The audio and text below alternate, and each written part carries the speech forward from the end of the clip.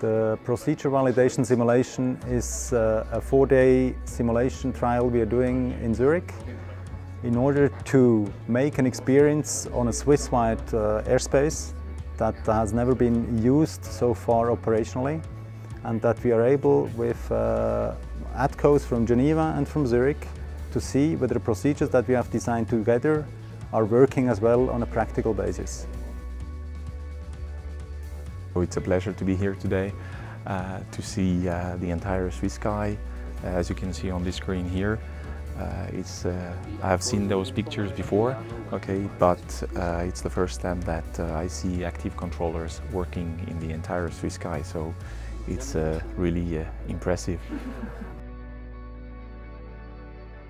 So the benefits of this initiative, of this COPFLEX initiative for the user is that he can get the most direct route through Swiss airspace at the initial clearance. So when he calls the first time in within this airspace, which is for the time being flight level 380 and above, that he really gets the most direct possible route for the customer. That's the main benefit for him.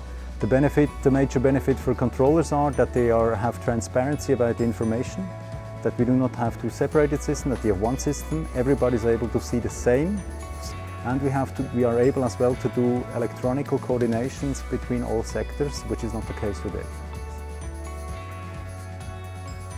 It is really an initiative which promotes collaboration between Geneva and Zurich.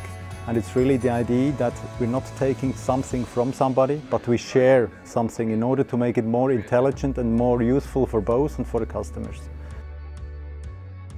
I see a Swiss-German colleague working as, I think, executive, and a Geneva guy working as planner together at the same sector.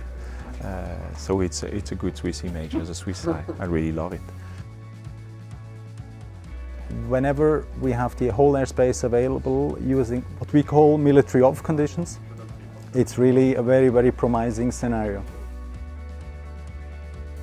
We're using an eye tracker today also to understand what the scanning patterns will be, so the new scanning patterns when working in the full Swiss airspace. They are of course different than in today's operation, so we're trying to analyze and record this today to have a better understanding of how the controllers will work in the future with the full Swiss airspace. The next step of the project after the simulation will be more a technical step initially, because in order to be able to deploy what we are doing here in our operational environment on two different sites, we need a totally new architecture from a technical point of view. So I would say that on operational view, what we see here on the screens is something that we're going to see earliest somewhere in 2 years from now, or earliest I would say, on an operational system. Yeah. And I'm grateful for many people, but especially for the colleagues from SkySoft. They did great work as well from the training department, which helped to deploy the whole software here on the simulator. And many others. It's always a team effort and a team success, but it's really good fun doing it. I must say, just the beginning of the work is the top of the iceberg. This is actually giving me the goal that I have to reach, and it's going to be a long way and a tough way. So I'm ready for sweating and putting a lot of energy in there.